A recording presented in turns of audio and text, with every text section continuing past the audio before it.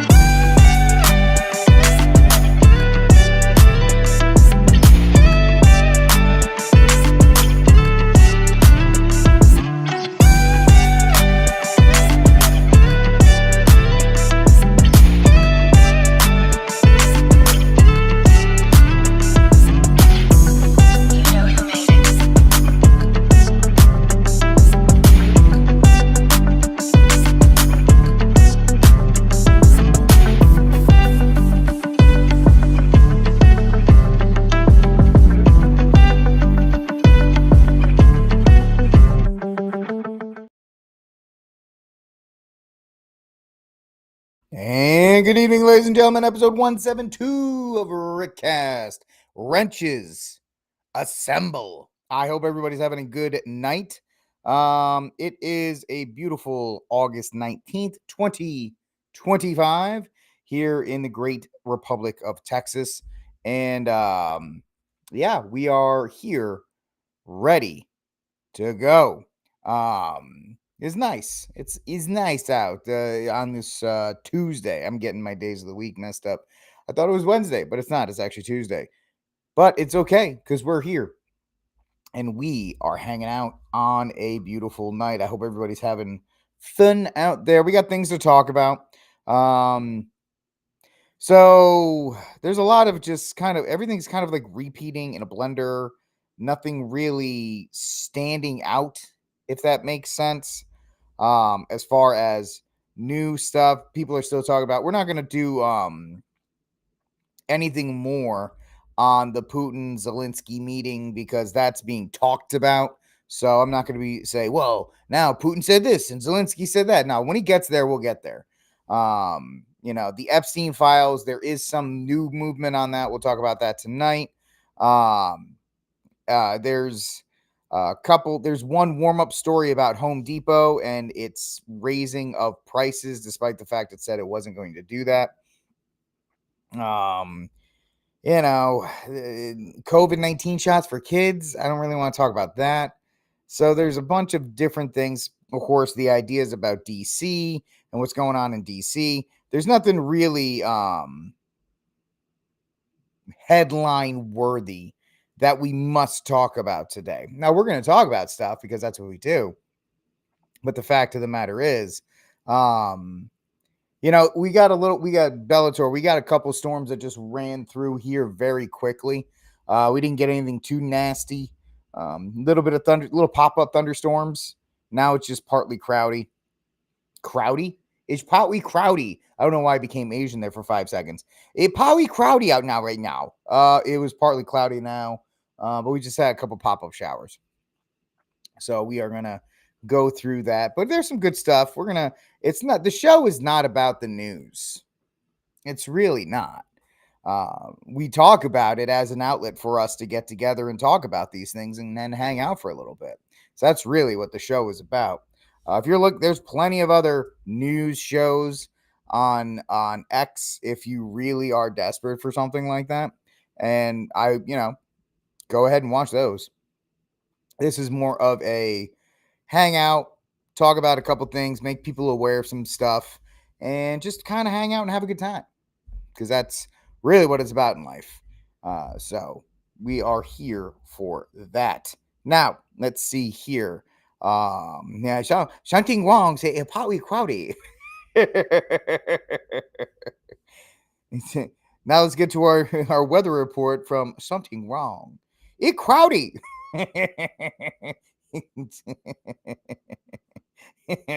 Come on. And whenever people get mad at me, I'm like, you ever meet an Asian person from like China or Japan? They're the most racist people on the planet. God love them. God love them for it. Anyway, so let's see here, ladies and gentlemen. Like, subscribe, share, hit the notification bell. Any comments or questions you can send to barrettbrief@gmail.com or info@thearmedcatholic. Yes, I have not changed the email address. So sue me. It happens. But we are ready to go. All right, ladies and gentlemen, let us see here. We got our first warm-up story of the night. Before we get to our warm-up stories, we want to thank our sponsor. That's right. We do have a sponsor, and we are proud to have this sponsor. And we want to talk about this sponsor, tradflags.com. Tradflags.com, home of the most beautiful Catholic flags to mark every single month of our devotion within the Catholic faith. So August is kind of over. It's the 19th. We're on the back end of the month of August. So I encourage you to go to tradflags.com and take a look at the beautiful, so beautiful 7 Sorrows of Mary flag. Beautiful flag out there. They're 3x5s, very durable, very nice, double-sided. You're going to be proud to fly this in front of your home, evangelizing, showing your faith and the pride you have in your faith. While you're there, take a look at the magnets, the mugs, garden flags, specialty flags, and more. Tradflags.com. Tradflags.com. Use that promo code at the bottom, RickCast, to let them know where you got the idea to buy one of their amazing flags at tradflags.com. Big shout out to Keith and all the amazing people at tradflags.com. Thank you for supporting the show. And if you are looking to get some really awesome, authentic Catholic merch, tradflags.com. Tradflags.com. Thank you, sir. Thank you so much, Keith, for supporting the program. All right, ladies and gentlemen, let us move back to our first. It's a really good flag.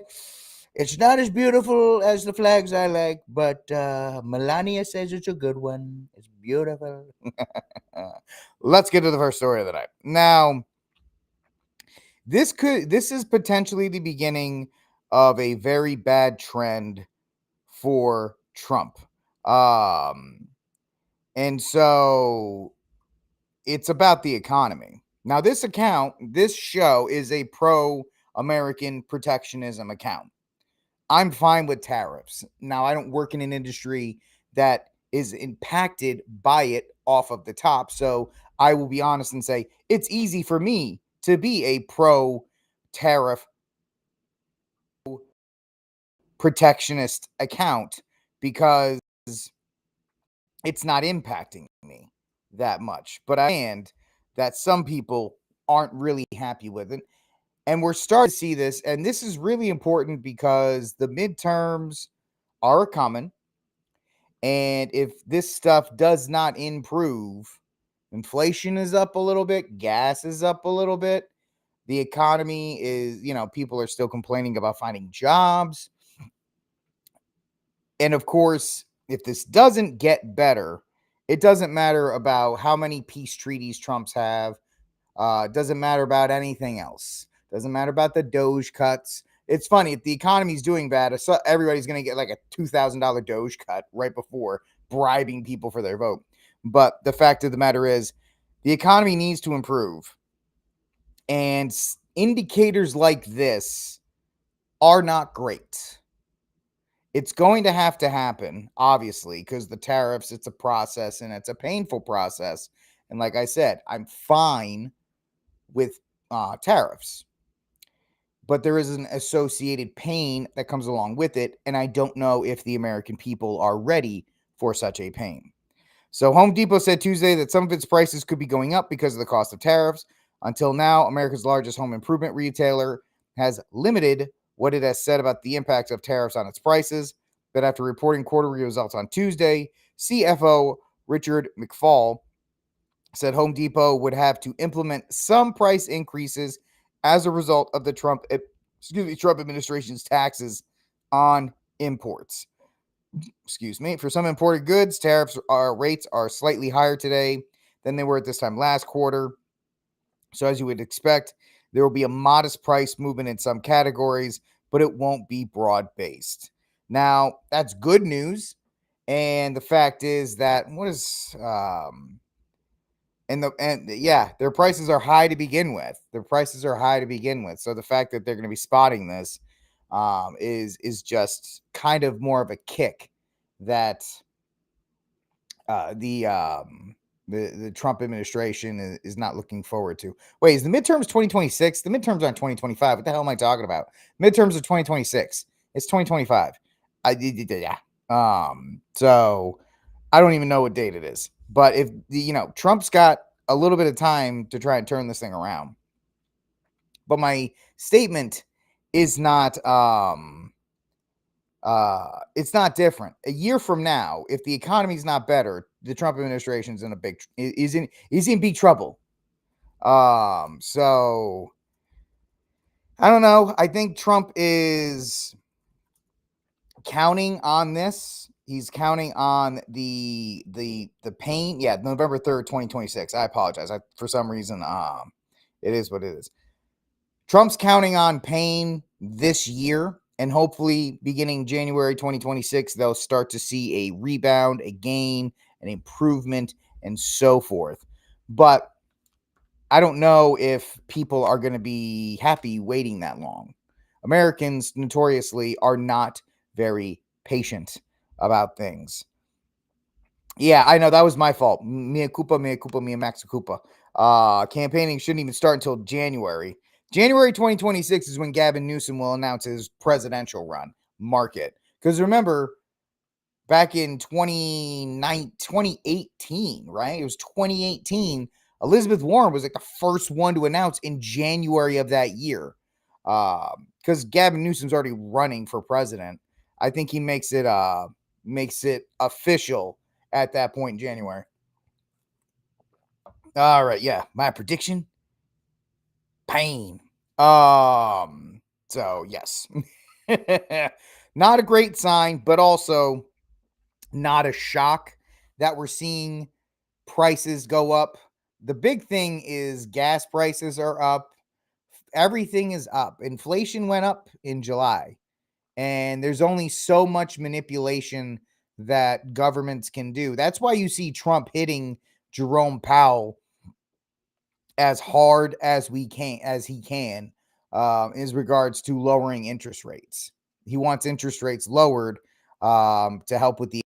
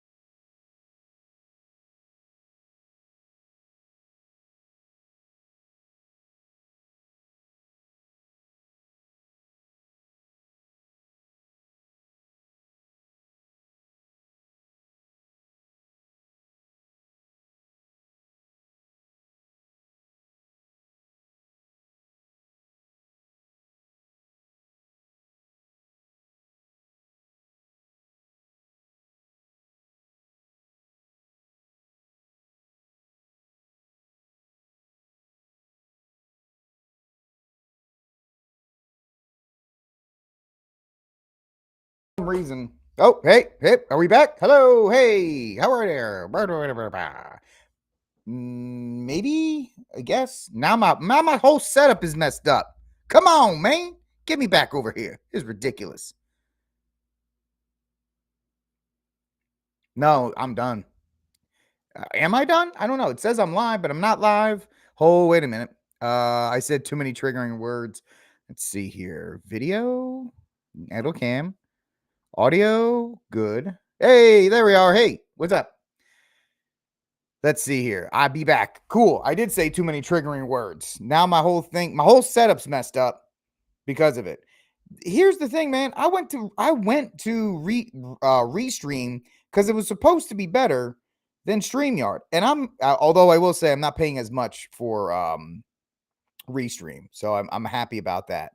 But overall, man, this has not been a pleasant experience as far as that. All right. So I'm back. Hello. That was just completely weird and terrible. But it is what it is in that regard. Anyway, they're coming after me, guys. They're coming after me. So let's see here. Yeah, I had my stuff set up and now it's not because it's oh, we can actually do all three. I like that. Run the emergency checklist. 1, 2, 3. It's working. 1, 2, 3. Work. Nope, we don't want that. We want a little bit more of that. We want a little bit more of this. Oh, I like this. It's kind of neat. I like this whole thing. Anyway, we're good. We're back. And I just discovered this neat little setup. I got multiple things here. I got my chat. I got my things. I get what I pay. Restream's supposed to be better than StreamYard. Really, it's my internet. I pay for Astound internet is legitimately the worst internet on the planet. Whatever the internet you have, it is miles ahead of Astound internet. It is astoundingly bad. So it's nonsense. Let's see. Let me get my stuff back here. Show the chat over here. Bring them back. There it is. Perfect. Perfect. Now we're good. We're back to settling this in a little bit. I know, right? That was very fancy. That was very, very fancy. Almost too fancy for this show. I said almost, but not quite. So yeah, my internet is terrible. I pay for it, and it's cable internet, but yet it is terrible. Terrible in that regard. So I'm actually watching the stream on X. That's kind of how I can tell stuff is running or not running. So it is what it is on that regard. But we're back. No worries. Yeah, the free stuff is good, but I don't like having the watermark. And there's a couple different things you can do. The paid plan for Restream, it's actually because for StreamYard, I was paying $88 a month for StreamYard. And for Restream, I'm paying like 50, 55. So I think Restream's actually very good for what you pay for. And I'm saving $30 a month.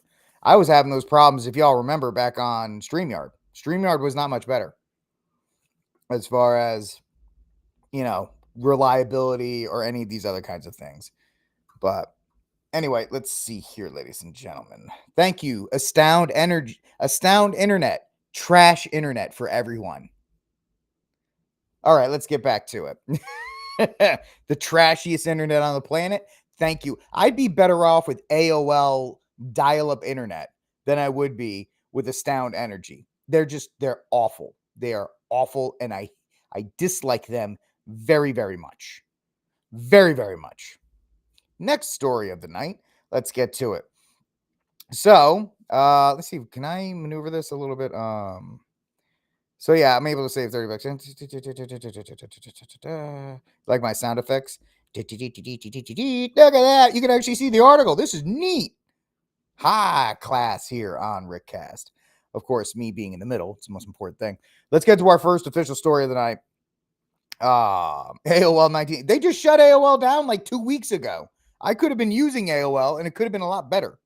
By the way, I'm going to sound like such a millennial on this, but society peaked in the era of the Motorola Razr and AOL Instant Messenger. We peaked technologically as a society, and it's been all downhill since then. It has, man. It's been, ever since we lost AOL Instant Messenger and we lost the Razr. We already had our talk on the Razr last week. How much we liked the Razr. But anyway, let's get to our first story. As the Epstein Files turn. So it looks like the House is going to make the Epstein Files public after redactions to protect the victims' identities. And this is the thing. This is the thing that Trump and Law and Bunny Bondi and all of these idiots in the White House, and I do call them idiots, and I'm not afraid to call them idiots because I am not trying to get on Trump's payroll, and I am not trying to be a speaker at TPUSA. In fact, I don't ever want to be at TPUSA. TPUSA, I think, is coming. Oh, what is it? The CPAC conference? One of those conferences is coming to the DFW area next year, and I will be far away from said event. I don't want anything to do with it. So I don't mind being casual, being honest and ripping the Trump administration for being a bunch of morons, for being a bunch of nincompoops who weren't able to handle the Epstein files because that scared them to death. Like, the name of Epstein has scared all of them.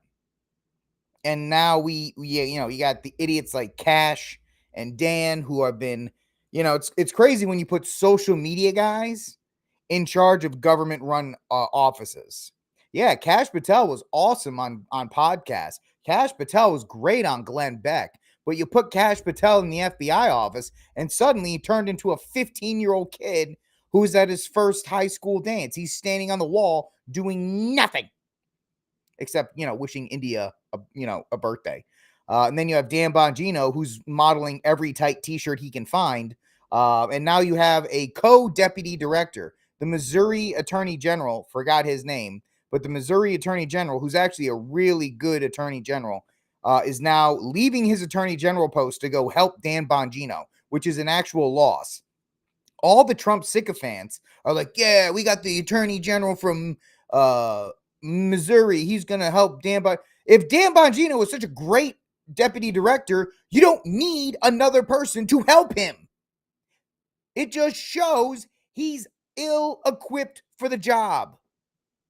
He doesn't know what he's doing. Dan Bongino, just retire. Just retire. Go back to your little Rumble show, and then just tell everybody about all the secrets that you can't tell. I personally have not been impressed with the DOJ. That's Law and Bunny Bondi, that's Kash Patel, that's Dan Bongino, and all the other nincompoop dingbats that are running around there spending your money. Right? Pink camo lizard, 100%. You think they wouldn't be that stupid because they would at least want to save whatever reputation? Here's the problem. They'll leave their post, start their podcast again, and say, guys, the things I saw, but I was sworn to secrecy, and President Trump told me not to, blah, blah, blah, blah, blah. Right? And they'll get a pass from MAGA. You know why? Because Tim Pool and all those guys are running cover for him. Well, they know stuff. They just can't say it. What? They promised they would. Kash Patel said he would shut down the FBI day one and turn it into a museum. Instead, he's shutting down the FBI and moving it into the old USAID office. That's not the same thing. Yeah, that's right, G-Money. They need 4 years. Meanwhile, anyway, so they could have just done this, but Law Bunny Bondi ran her mouth like the typical woman she is, because she's vain and she wants to be famous, and she wants to be the next Megyn Kelly. Let's all put this out on the table. She wants to be the next Megyn Kelly, and she wants a Fox News show. She wants to take over the spot that Megyn Kelly had. And this when I was the attorney general under the Trump administration, it's already set. And I just bit my tongue. It's already set. I'm so mad. I'm biting my own tongue here. That's what she wants. She could give a rat's patooey about any of this stuff. She wants fame and she wants notoriety. So and the reason I'm saying this is because the Trump administration looks stupid, because they could have done all this, but you got Trump one day, he's like, I don't know why we're doing this. And then the next day he's like, you're not a supporter of mine if you believe in the Epstein thing. And then he's like, Pam, release the file every other day. And that's Trump. I'm okay with Trump being like that. But the people underneath him have to be somewhat able to do a job. Like, whatever you think about RFK, the Department of Health and Human Services is actually doing some stuff. And they're not doing all the stuff great, but they're getting rid of the dyes out of Skittles, and they're doing some stuff. They're doing the stuff on the vaccines. They're doing some stuff. The Secretary of War, remember, he renamed it the Secretary of War, Pete Hegseth. He's doing stuff over there. He's trying to streamline the military, get the woke stuff out of there. Credit to those two. Good picks. Very good picks. Doing their jobs. I'm very happy with that. They're not all lost. Tulsi Gabbard, for whatever, she just revoked 37 clearances of more people. The DNI it's a know-nothing job, but she's doing stuff there. Oh, G-Money. I'm telling you, we won't see it until 2030. Come 2031, Fox News presents the Pam Bondi show.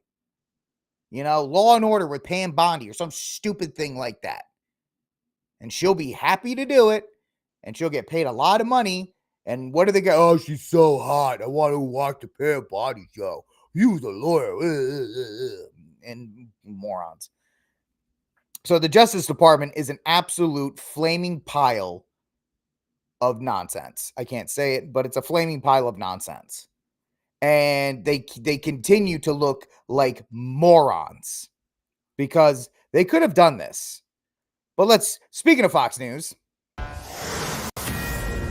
Fox News alert. House Oversight Committee Chair James Comer confirms the DOJ will begin handing over documents related to Jeffrey Epstein on Friday. Fox News correspondent David Spunt joins us with the details. David.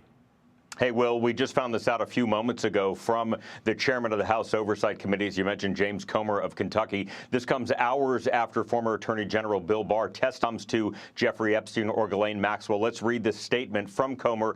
It says, officials with the Department of Justice have informed us that the department will begin to provide Epstein-related records to the House Oversight Committee this week on Friday. There are many records in DOJ's custody. It will take the department time to produce all the records and ensure the identification of victims and any child sexual abuse material are redacted. I appreciate the Trump administration's commitment to transparency and efforts to provide the American people with information about this matter. Other than that, Will, not much to say because we don't know what's going to be in these documents. There was some time a few weeks ago we thought there may be some transcripts or audio recordings of Ghislaine Maxwell's interview with Deputy Attorney General Todd Blanche released. That has not happened. But at this point, we are hearing that there will be something relating to Epstein documents coming to House Oversight Chairman James Comer on Friday. And the deadline was supposed to be tomorrow, but he seems like he's giving them a little bit of a grace period, given there are thousands of pages here.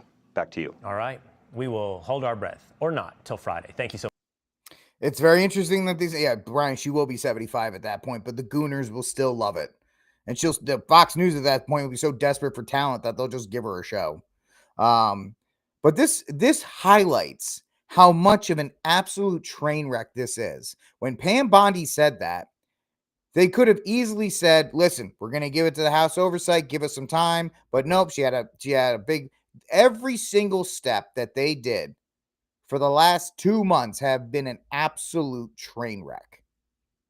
And it's,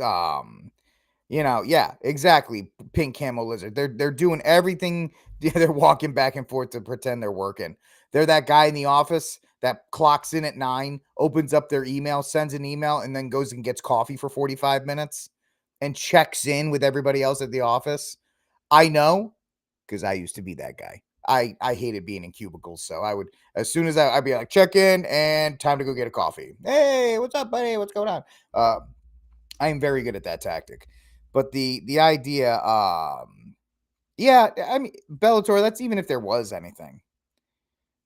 But at least here's the problem. You're right. But the way I don't even disagree with that opinion. The fact is, I disagree with the manner in which they have berated supporters that have asked for it. They have talked down to people that voted for Trump when Trump himself and Don Jr. and Cash and all these other people promised it was coming. And then at the first hint of any kind of trouble, they started yelling, you're all a bunch of idiots. So, yeah, great job. They're going to do it to protect it. They could have done all this. And let's see if anything happens on Friday. Even the guy in Fox News is like, yeah, we'll wait. We'll hold our breath on that one. If you hold your breath, you're going to be dead. DED, dead by the time that the actual files or whatever is around with the files are actually released. But you guys keep waiting and winning. Anyway, this is RickCast. Do me a favor, like, subscribe, share, hit the notification bell as we move on to our next story of the night.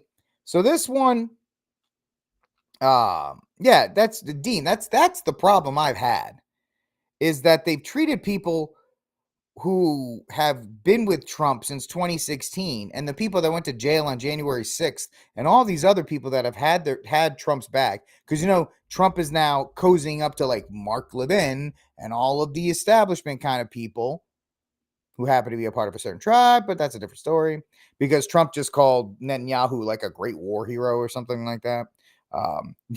Doesn't reinforce the stereotype, but I digress. They're treating, the supporters. And that was one thing I always defended Trump on. I always thought Trump actually gave him a rat's behind about the people that supported him. But I guess he's in his second administration. He doesn't care. He's not running for re-election, and it doesn't matter. He's going to pardon himself and his entire family on the way out.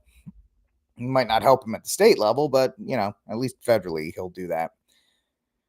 But this is just yet another thing in the Epstein. Now it's moving back and forth, and it's just a distraction because it's August and nothing's happening right now. And They're trying to distract with the idea like, oh, look at all the peace talks Trump has done. He settled all these peace treaties.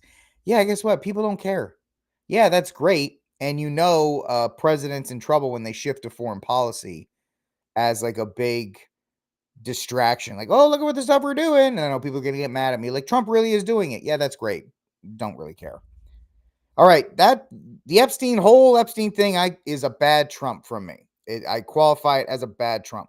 This next story is potentially a good Trump to show that I am merciful and just. Get out of here with these ads. I don't want to be the first to know. Go away. From Newsweek.com, White House plan gives update on Donald Trump's plan to eliminate mail-in voting. If you haven't heard this story, here's a catch-up. President Trump is taking aim once again and getting rid of mail-in ballots. He says they are, quote, highly inaccurate and blames them in part for his 2020 loss to President Joe Biden, all despite a number of investigations that have found no widespread voter fraud. Scripps News Washington correspondent Stephanie Liebergen joins us now live from our D.C. newsroom. And Stephanie, okay, the president wants to eliminate mail-in ballots, but does he actually have the power to do that? Hey, Holly, good morning. Certainly does not appear so. It is in Article 1, Section 4 of the Constitution that actually gives the power to the states to set the time. Today, Junior, spit it out. At the time, place, and manner of elections. That's not to say there's no federal role in election administration. Congress is the one that sets the election date as the first Tuesday after the first Monday in November. Congress has passed big legislation like the Help America Vote Act, the Civil Rights Voting Act. All of those things can set some standards and guidelines that states then need to follow. But it is up to individual states to actually administer those elections. Even though we all vote on the same day, I've had multiple experts tell me that it's more like the U.S. has thousands of elections all on the same day, more than one big one because of all the different jurisdictions. So the president cannot act alone to try to eliminate mail-in ballots. And to be honest, mail-in ballots are incredibly popular. Over 47 million Americans voted via mail-in ballot in the 2024 election. That was about 1/3 of all of the ballots cast. We also have 8 states and the district, 8 states in Washington, D.C. that do universal mail-in voting, that every registered voter gets their ballot sent to them in the mail. So the president has tried to target some election administration rules in a previous executive order, one that he signed back in March of 2025. That order is facing a lawsuit and a legal challenge. So if the president were to try to sign another executive order, which he says his team is working on, and he does try to end mail-in ballots, I'm pretty darn sure we're going to see a legal challenge to that one too. And Stephanie, I find it very interesting that the president actually used a mail-in ballot to vote recently. So there's that. He also attacked the use of voting machines, saying Americans should use paper ballots.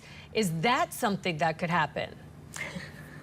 Well, there are some federal regulations around voting technology and the certification of voting machines, but it's not really clear exactly what types of voting machines the president is talking about here. So in this case, we'd need to wait until we actually see the text of this executive order to see what type of machines he's targeting. He says Americans should be voting on paper ballots.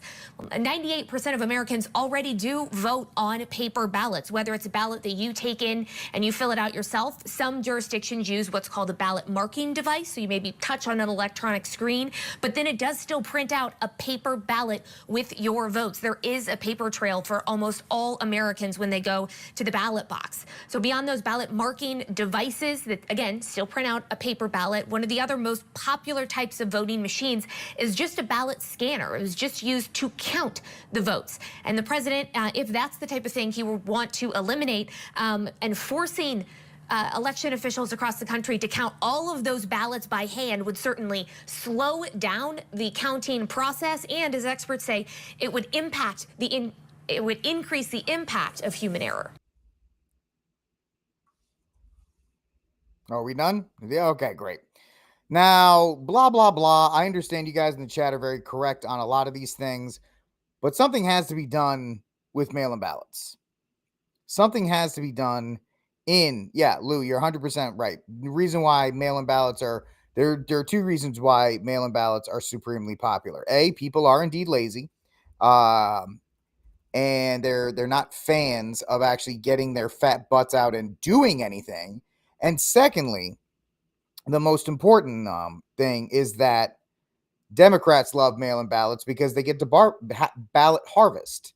Trump would be better off, and I don't know if he can do anything about this, going after ballot harvesting than he would trying to get rid of mail-in ballots. Now, what Trump can really do is lean on states to follow something like Florida. Florida only gives theirs for military and like certain elderly people that have different qualifiers. Now, I will give President Nope. Go over here. I'm here. Now here's Caroline Levitt, who doesn't wear her cross anymore because it's not good to do so. I think she's wearing it today because she's not lying talking about this. Sure, go ahead. So the president says that he's starting a movement to eliminate mail-in voting, but states administer elections, not federal authorities. So can you provide any more details about how the White House plans to eliminate that? The White House continues to work on this, and when Congress comes back to Washington, I'm sure there will be many discussions with our friends on Capitol Hill and also our friends in state legislatures across the country to ensure that we're protecting the integrity of the vote for the American people. And I think Republicans generally, and the president generally, wants to make it easier for Americans to vote and harder for people to cheat in our elections. And it's quite mind-boggling that the Democrat Party could stand in opposition to common sense. He wants to ensure election integrity. There were great efforts that were made in 2024. I won't get ahead of myself for Hatch Act reasons to get ahead for the next election. Yeah, thanks. So yes, for homebound and other kinds of things, so forth. I think it's a good idea to at least tackle it and address it. I think mail-in ballots are bad. They're good for overseas and homebound people and stuff like that. Maybe there's got to be a way to do better chain of custody requirements or oversight on them. Really, the problem with mail-in ballots is they went absolutely supernova in a post-COVID world. They went big during COVID, and just like people don't go to movie theaters and people don't go to restaurants anymore, people have become more homebound. People become more homebodies. They don't go out and do things. And voting has become something like that as well. So better chain of custody on mail-in ballots, restricting the amount of people that can't. So if less people vote, less people vote. That's really the thing. You got to show up in person. I'm also in favor, and I know the great Greg Carpenter said this way back, I think back in 2020. You could easily print out paper ballots, assign a serial number on each to double check on those, and then there's a better chain of custody you can do with paper ballots. The fact of the matter is, when you look at it as 50 individual states that count out ballots, countries, now if we're going to look at states as countries are able to get their entire voting base and ballots counted within a day. And yet we do 5, 10, 15 days. So maybe there's something they can do on reporting times. But the fact is, there's a lot of problems in the voting system as we speak right now. There is a lot of problems in the voting system. There's a lot of potential for fraud in the voting system that a lot of people don't want to even talk about, but there is. And at least bringing attention to it. Now, him blaming his loss in 2020 and blah, blah, blah, and all these other things, get over it, Trump. You won again, and you won by a landslide. But the fact of the matter is, something needs to be done. So the fact is, like Germany, Switzerland, they do it, but the options are limited. They're restricted to citizens living abroad and people unable to reach the polling places. Safeguards vary by country, with many requiring ID checks and witnesses' signatures. The big issue with all voting, and this is something that that the feds can't touch, right? The feds can't touch this, is who counts the ballots. Most of the time, the people who are in charge of the ballot counting in, the Secretary of State, is usually a Democrat, or the people that are counting ballots are usually Democrats or liberals, and they manipulate votes, or they They have access to the ballots in order to manipulate them. That is the biggest thing that needs to be changed, is who can actually do that. Yeah. Well, Phoebe, I'm kind of the same way, at least in the federal. I'll try to vote at the state level. But for me, voting at the federal level kind of means nothing at this point, because it's kind of just, it feels very pointless at that. But that's the next thing. That's a good Trump. Mark, I agree with you. I didn't see it earlier. I don't, legit elections, I don't know if they've even happened in a while. And also there's the idea of who the establishment actually wants to win and who is selected to win. So whoever is selected to win, or installed, if you will, it is up to those who have more of the influence than us. So let's see if that goes anywhere. It might not really go anywhere, because in the end, the states really do have more control over it than the feds. And in some ways, that's a good thing. But there's a lot of ways that it's problematic, if you will. All right, ladies and gentlemen, next story of the night here on RickCast. Like, subscribe, share, hit the notification bell. Go to tradflags.com. Use the promo code RickCast for 10% off your order at tradflags.com. Next story up, with this flamboyant picture here from studyfinds.com. Homes, I think it's Americans are staying in rental homes for 4+ years as housing trends shift. And this is like the gayest dude I've ever seen in one of these pictures. If this guy's showing up to try and rent me a house, I'm going somewhere else, because I don't know who he set me up to rent with. Now that's an interesting question. Monarchy versus republic. The idea about a monarchy is you don't ever have to worry about voting, and whoever's in charge is whoever's in charge. So it really takes a lot of that out of your hands. Of course, if you have a bad monarch, it's not going to be great. But I could easily say you have a bad monarch every 4 to 8 years, you get a quote unquote bad monarch, depending on what side of the political aisle you're on. Nobody's ever happy if their candidate lose, and they always think they're under some kind of form of oppression, whether it was us under Biden and now these people under Trump, and then, President BBL gets in, or President Crockett gets in, or President Newsom, we're going to be like, oh, this guy's terrible.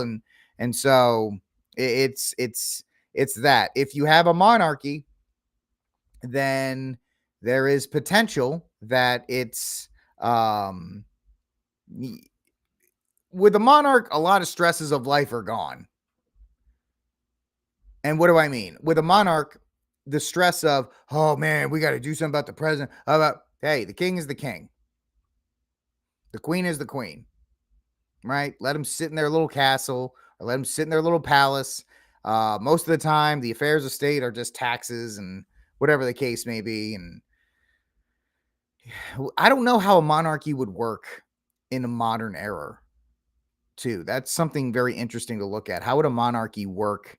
Because we don't really have monarchies now. I mean, I don't really think even the princes in the Middle East, I don't know if they're really like monarchs, but it could be. I think, yeah, it can. I mean, there is stuff you can do with a monarch that would resemble what we have here. But you wouldn't have to worry about who you're voting for king. You would vote for your congressperson, or whatever the case may be, or your representatives there. But that's a much deeper topic than this show is capable of doing. All right, let's get back to the super gay guy and the housing crisis. So Americans are staying in rental homes for 4+ years as housing trends continue. And this goes back to what we've been talking about on the show for a long time, is that millennials, Gen Z, Gen Alpha, feel like they are just, they're completely lost. What do I mean? They feel like they have no chance. They have no shot at doing anything. Excuse me. Because the fact of the matter is that houses, we already talked about, the average new homeowner is 70 years old. And people in their, one of the tenets of the American dream was being able to be able to get a home, start a family. And now people don't have that option. And there's this thing that's going back and forth with the boomers, and I know I have some boomers here in the chat. Some of our wrenches are boomers, and they've been getting a lot of pushback now because they're still in jobs where technically they've been able to retire. They're not transferring their wealth because they're selling their homes for max money and then moving to retirement homes or other things like that. And Gen Z, Gen Alpha, I'm blessed. My family and I, we've owned 2 homes, or we've rented 2 homes from the government. A lot of people don't. A lot of people are renting because it is financially impossible. And the thing with the older generations, and I'm not trying to jump on them the visible anger that Gen Z and Gen Alpha have towards boomer generations. The boomers are like, we had it tough too, guys. We had inflation. We had all these other things. But what they fail to understand is that the wage growth, the wage increase, the cost of livings has dramatically spiked. Yes, they dealt with inflation. Yes, they dealt with hard times. Nobody's taking that away, but they still had the opportunity of more stable jobs. They don't understand that when those generations could get a job wherever in their local towns or something like that, even in the city, work that for 20, 30 years, be able to provide for their family and have a pretty comfortable life. Gen Z, Gen Alpha can't even find jobs now. They can't find jobs. And if they do find jobs, they don't have the necessary income to be able to put money down on a house because the cost of homes have gone through the actual roof. And it doesn't help that boomers and older generations are selling their homes off for the highest bidder to BlackRock, Vanguard, and other things. And it doesn't help that BlackRock and Vanguard exist to sweep up homes in the market. And it also doesn't help that you have illegals who are coming in. And everybody in this chat can attest that they've seen immigrants from other countries driving Escalades and having homes while using EBT cards. And the fact that home prices have gone up because the government has subsidized many illegal immigrants into living in places. And Section 8 housing doesn't help. And there's a lot of things that have come. And there's just such a wealth gap that was not noticeable before. And this dream, there's a lot of people, they don't start families. I get they don't. But if you look at some of the younger generations, they go, I live in a 2-bedroom apartment. I can't start a family. I can barely afford to pay for anything as is. And so it's definitely something difficult. And we're seeing it in this trend here. So in a nutshell, renters are staying longer because they can't afford to put money down on a house. The average American renter spends 4 years in the same home, and 28% say at least 7 years or stay at least 7 years, with baby boomers leading that trend. Conflicted feelings remain. 22% want to move but feel unprepared, while 1 1/3 brow listings weekly for fun. The most common browsing time is 2:06 p.m., probably during work when they're bored. Insurance gap is risky. While 40% of renters use insurance, 1/3 report past property damage, leaving many without coverage for major losses like burglary, flooding, and lightning strikes. And Phoebe, that's an amazing thing that you're doing for your youngest. And you guys who have kids know this better than I do. You know this better than I do. They're going out there. They go to these jobs. They go to college. They come out with insurmountable debt, and then they can't find jobs to work them that pay them. And anything they pay them, they're paying for food. Many people can't afford, cars and all these other things. It is that feeling that we're being pushed towards the idea of you will rent everything. This get out of here. This rental lifestyle. Mark, I agree with you. Inflation is government caused. It is. You're not getting a disagreement on me on that. And so it's that's true, Dean. That's true.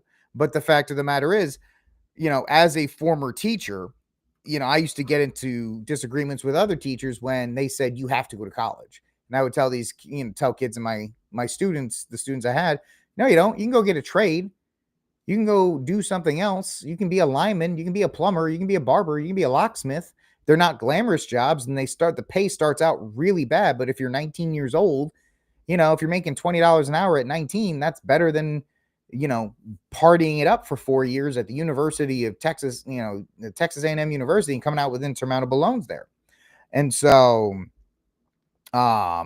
military does help because, here in the state of Texas, if you're, I know in the state of Texas here, if you are disabled, you don't pay property taxes. And vets, I think vets don't pay property taxes. It's either vets don't pay property taxes or you have to be on disability to get it. But either way, yes, everybody, I am in agreement with everybody in this chat. Inflation is the worst problem. And inflation has spiked since 2020. And I think it's only going to get worse because the way things are just the spending. And Gen Z and Gen Alpha are looking at the money we send to Israel, the money we send to Ukraine, and we cut checks for these people and we send them out, and we cut checks for illegal immigrants, and we give them EBT cards and cell phones and healthcare coverage, and we put them up in hotels. And then we look at Americans, native-born Americans, and we're like, tough luck, do it on your own. And there's a reason why younger generations are moving towards socialism, because they look at the American government essentially doing socialism for illegal immigrants. And it's you're doing socialism essentially for these guys. Why don't you just do it for everybody else? I don't agree with that stance, but I understand where they're coming from. It's frustration because, if you've ever seen those memes online, the world you grew up in doesn't exist anymore. They see these things from the 90s and, the 80s and even some of the early 2000s where people could work at a call center, two people could work at a call center and scrape enough for at least a single family home, a tiny single family home. You look at some of these tiny single family homes, they're going for 700, 800,000, almost $1 million, depending on the zip code. Good luck trying to get a house in Austin. Good luck trying to get a house in Austin. We'll live somewhere else. Okay, so I got to live in Holland, Texas, and drive 2 hours to work? Well, there's no jobs in Holland or Little River or, the other little towns that exist out here. So you want somebody to buy a home there and then have to find a way to drive 2 hours to a place to get a job to be able to take care of their family. And what jobs can pay? Starting pay is $20 an hour. Yeah, that $20 an hour was great in 2019. And when people say, oh, we need to raise the minimum wage, that's a terrible idea too. And there's a lot of things that go into this. Oh, I'm sorry, I'm on the wrong article. It's one of these things that people are just I think people are just stuck. They're just stuck in those areas and they don't see a path forward, right? They can't start their own businesses because they'll get crushed by Amazon or Walmart or any of these other global conglomerates. That's the thing that the older generations didn't have to compete with. And maybe I'm wrong, but the older generations didn't have to compete with the globalism that younger generations have to compete with now.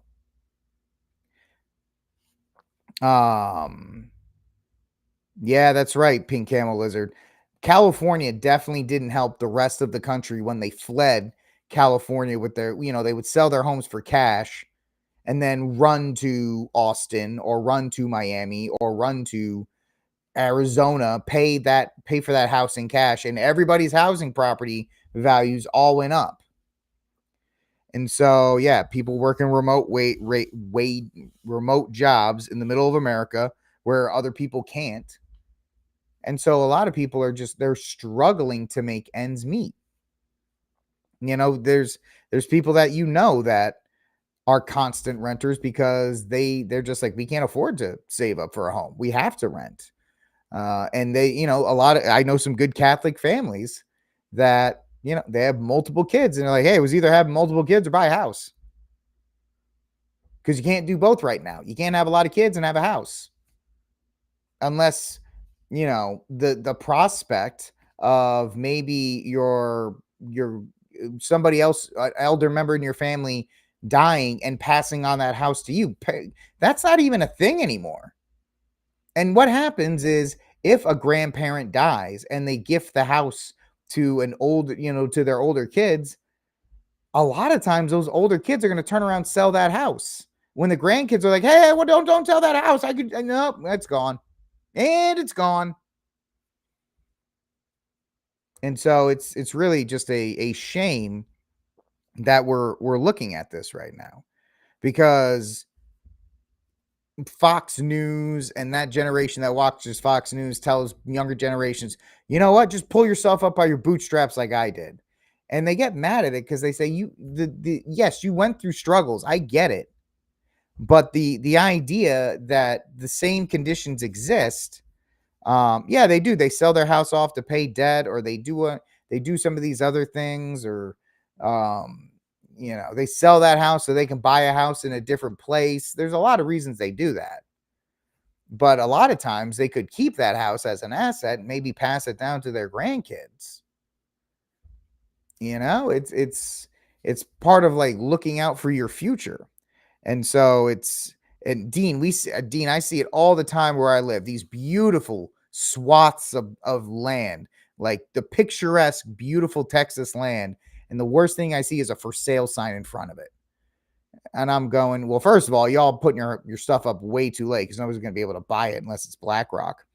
And the second one is, why are you selling it now? What's the point in selling it now? And I get people have debts and people have things, but the idea is I think what I'm rambling about is that the younger generation doesn't feel like the older generation is looking out for them the same way the older generation was looked out for.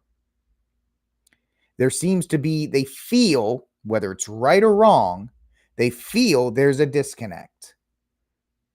They may have some points there, they may not have some points, but either way, there's a lot of struggle, and the idea of the American dream is gone for Gen Z and Gen Alpha.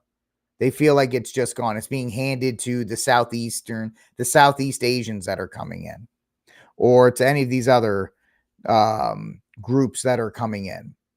There's stories all the time. Oh, these immigrants just came in, and the city of blank, blank, blank, just Maine, built an entire complex for Southeast Asians. They built an entire complex for them. Meanwhile, the regular residents of Maine are like, what the blank are you doing? I'm struggling here, and you're building a brand new complex for these people. So there's a lot of rage in younger generations. And I think you see stats like this, and that kind of supports it. And I honestly don't know what the solution is. I don't know what the solution is to that. I really don't. You would hope that Trump trying to bring jobs back.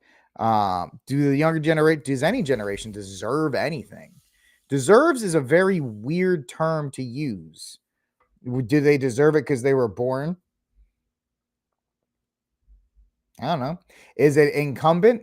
The first, what is it? The fourth commandment, honor thy mother and father, right? I think it's the fourth commandment. What about the parents? Parents, when you're a parent, it's like, look at what Phoebe's doing. Phoebe's doing everything she can to help her kids. It's a lot of parents that are like, you're 18. Good luck. See ya. And as a person, remember, you guys can come after me. I don't have kids. That's something I have to always bring up. But parents, is your job as parents, is it done at 18? There's a lot of parents that are like, hey, you're an adult now. You're on your own. And then the parents get mad when they turn 70 or 80 and like, why aren't you taking care of me? And they get mad when the kid throws them in a nursing home. Mark, I would argue that most young people are immoral. And if they are immoral, let me just give the counter. Let me give the counter argument, Mark. If the younger generations are immoral, that's because their parents did a terrible job of instilling values in them. That would be my respectful counter argument. If the younger generations are immoral, that's because the parents did a crappy job in raising them. Right. And so when you're a parent, it's a lifelong gig. It's a lifelong gig. And you guys can come after me, and you're more than right to do so, because like, Rick, you don't have kids, you don't know what it's about. And I can say, you're right, I don't, but from what I've seen, I'm just giving the I'm giving a counter argument, Mark, just for the sake of debate here. They may be immoral, but where was the parents' job in instilling those moral virtues into the children? Now, you can do the best. Like, really, I've known some good families. They did the best they could for their kids. They did the best. They try and bring them up right. Then they unfortunately sent them to college, and then it just all went downhill. All the morals they were instilled, they just got flushed. And there was an entire generation of good kids that were sent to college that their whole moral compass was just flushed down the drain. So there was that problem as well. So there's a lot that's a very complex problem. It's a very complex problem that we find ourselves in. And we're starting to see these markers come up where people are like, well, my parents didn't take care of me. And the parents are like, well, I did all my things. I did everything I could for you. And then you came back your first semester in college with a shaved head and yelling about communism. What do you want from me? And it's, there's a lot of things. There's a lot of things that are going into it. And it's difficult. This is a really difficult situation that regardless, I think Mark said earlier that there's going to be that there needs to be an economic reset. I think there's going to be a reset of some sort, because this is it's not sustainable, as they would say. It's not a sustainable thing that's happening. There's going to be some kind of inversion. There's going to be some kind of reset. There's going to be something that happens, whether it's a good one or a bad one. I don't know, but it's definitely something a lot of parents are dealing with. And, some really good, I know, really strong, conservative, good man. And he's having a problem with one of his kids in college right now, because the child came back from college completely different than when that child was sent off. And that the parent is struggling because they thought they raised them correctly. And it seems like this person did, but now it's just, they're just like, what are we doing? Yeah, Phoebe. And we're starting to see Catholics, especially, and conservatives, moving away from the traditional college model. Not everyone, of course, but there's a lot of them are saying, listen, go to the trades, do an online college, do whatever you got to do. I just don't want you to go. And of course, those kids are like, I want the college experience. It's like, don't have the college experience. You don't want it. And so, like, if I could go back and tell my younger self anything, I would have told my younger self to not go to college. I would have told myself, join the military or find a trade. And yeah, like, you guys who have children, you understand the struggle a lot more than I do. And you've been through this dance a lot more than I do. July 26th, DJT. Well, so he already did it because it's August 19th. July 20. You mean August 26th? DJT is issuing first gold-backed bonds in 90 years. Well, that is going to be a shock. Yeah, I mean, a return to moral tradition is always going to be the answer. I know people who are not religious are like, your solution to everything is God. Yeah, no kidding. That's because that's the only thing that works. So there is that. Yeah, also, Dean.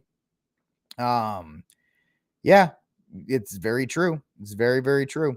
Okay, so 2026, July 2026.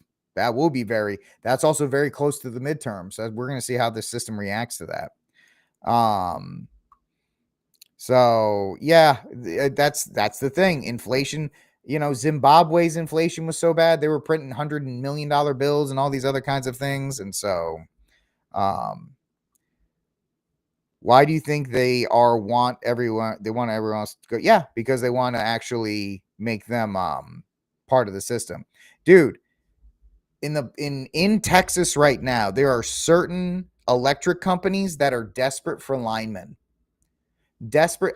If I was 18, if I could tell my 18-year-old self, don't go to college, move to Texas, you're going to find your wife, don't worry about it, move to Texas and become a lineman for one of these major companies down here, I would have been set for life. Because ironically enough, lineman jobs are actually perfect for like short, stocky guys my size, because you need to be that size to kind of maneuver into the electric boxes and all these other kinds of things. I never knew about lineman jobs in the Northeast. It was never brought up to me. I was only told you need to go to college. The thought of going to a trade school was never brought up. It was never brought up. And as I famously told, because my father was in Vietnam, he told me, you're never going to serve in the military. And I respected my father's wishes, and I never did. But even that is just, a lot of things that are there. So it's one of these things that a lot of people are struggling with, and a lot of families are dealing with this stuff. As this continues, the economic situation doesn't feel like it's getting better for the average everyday person. It doesn't feel like it's getting better for the average everyday person, right? Wall Street feels like they're doing well. The rich are getting richer and all these other kinds of things. Yeah, that's right. Utilities are desperate for engineers. If you're an engineer and you want an easy job, find a utility. They are desperate for them. Yeah. Yeah, you don't need to go to a university for a nursing degree. No, that's one of those things as well. So it's one of these situations that is going to play out, and we don't know how it's going to play out. All right, last story of the night, a little different. We're going to talk a little weather. We started with weather, and we're going to end with it. U.S. East Coast faces life-threatening wave threats. That's a bad headline. From Hurricane Aaron. Hurricane Aaron's threats. I'm not going to subscribe to your stupid website. I'll just do, you know what I'm going to do?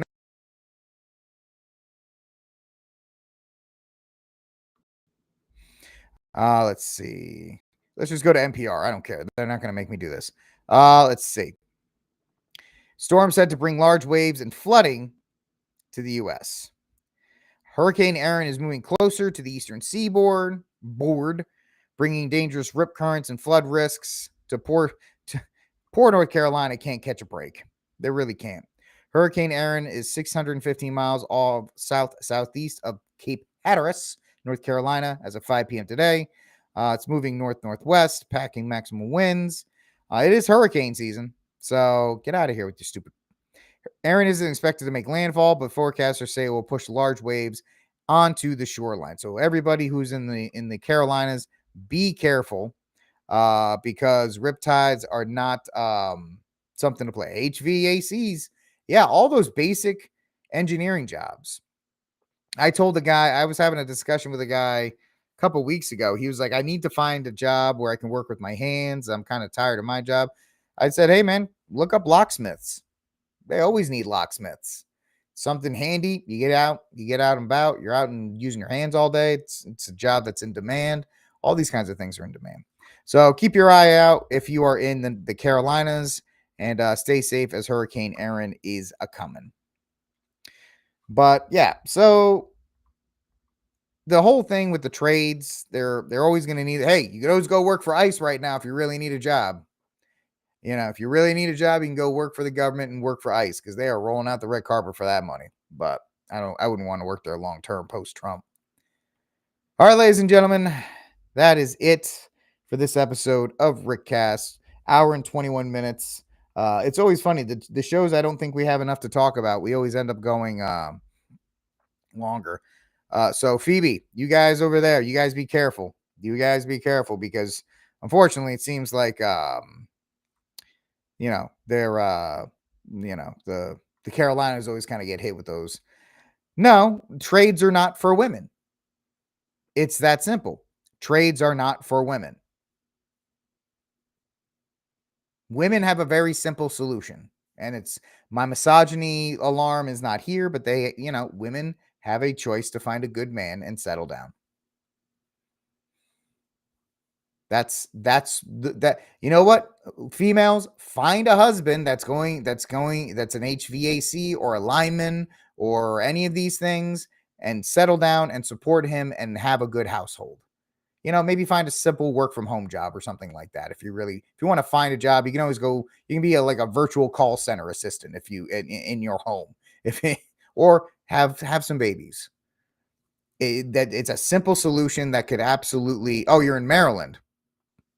Sorry. Maryland's not too bad. I like Maryland. I like, I have family near Bethesda, and then,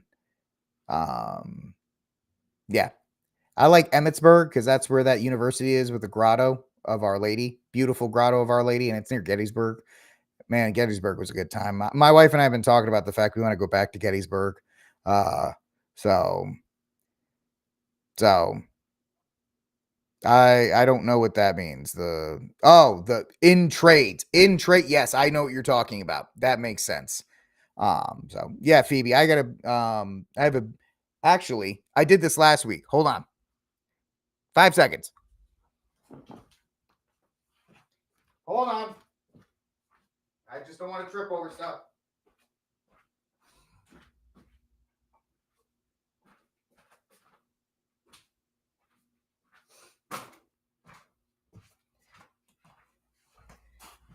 Anyway, so if you're driving in Maryland and you're going up to Gettysburg, I don't know what the highway is, you'll see this.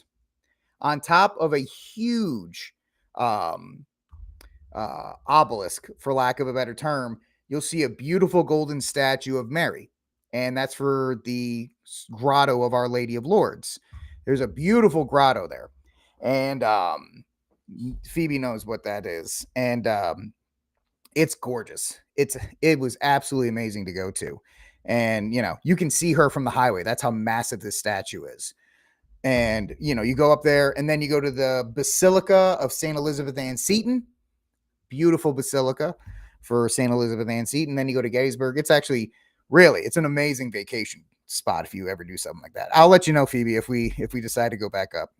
But that's a little, travel stuff. All right. Anyway. I can't fit Our Lady on here or else the shelves will fall because they're crappy little shelves from Amazon. But that's it for this episode. Maybe I should put her. No, I like the skull. That's it for this episode of RickCast. Do me a favor, ladies and gentlemen, if you like, just hanging out every evening talking about stuff, do me a favor and subscribe. Hit the subscribe button. It helps the show out. I bet it's beautiful. I bet it's amazing to watch her get crowned in May. I bet it's absolutely breathtaking. I follow the account on Instagram, so I'm sure I've seen it.